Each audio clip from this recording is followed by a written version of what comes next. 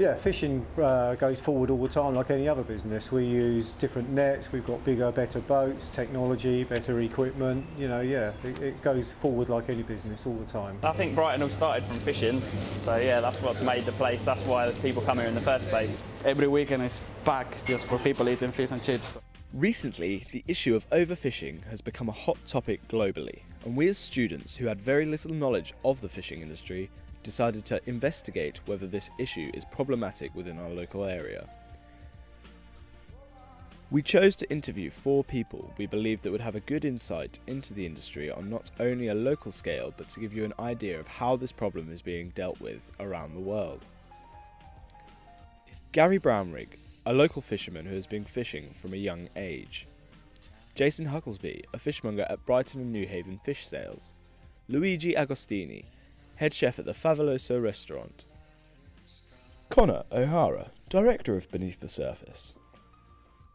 We wanted to find out whether the fishing industry within Brighton is still the same one that Brighton was founded upon. Lots of people from the mainland come to the seafront just for the fish because they know they're going to find it fresh. I don't know, I don't think people generally think of it as a fishing place. I mean, we're really busy, we sell loads of fish, so obviously, yeah, there's still a demand to it. But I don't think it's the main thing by any means. Most of it's tourism, I think. According to the Sea Fish Industry Authority, it is estimated that 43% of the UK fish and shellfish is used for human consumption and the remainder is classed as wastage. We wanted to find out how much was truly wasted within Brighton and the surrounding areas. For us, not that much, but many people do have this problem when they have to work with the fresh fish. Like for example, seafood bars, they got lots of waste, but we don't actually waste much.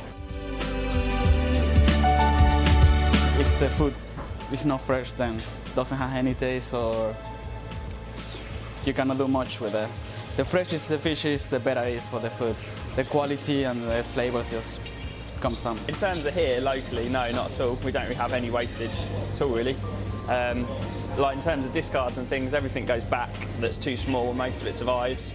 There's a few bits that we'll use for bait to catch more stuff, so no, get very little wastage. Yeah, I mean, in terms of bycatch, locally here, the problem is that you get where they're fishing in deep water, so places like the North Sea and stuff like that, it's really deep water, so when you bring a fish up from that depth, they have a swim bladder, so the swim bladder explodes and that's what kills the fish. So yeah, there's been a big thing lately about discards. Obviously stuff like that, it seems silly to then chuck it back in the sea. Here, because it's shallow, we don't have that problem. Most of the fish survive because there's not the change in pressure.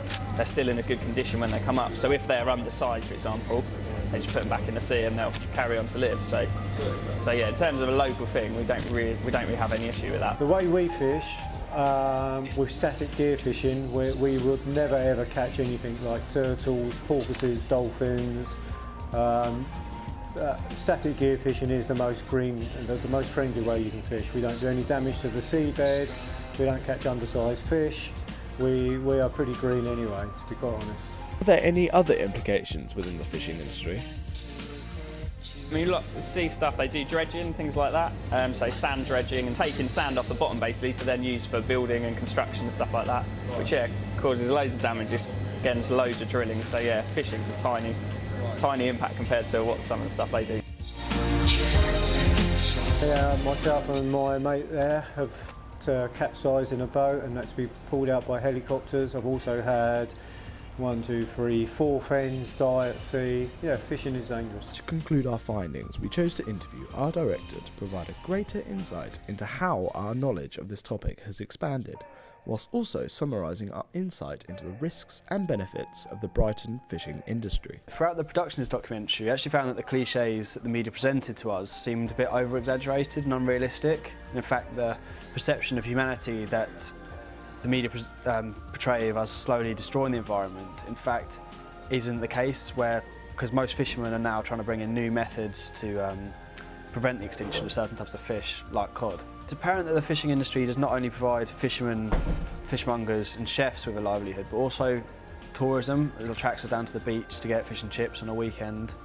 From the production of the documentary, we have learned to appreciate the hard work and passion that goes into the production of our food. It seems that from the news or whether here is the damage that mankind inflicts upon the sea life. But in fact, when looking beneath the surface, we found that the dangers of overfishing aren't actually as bad as we're told.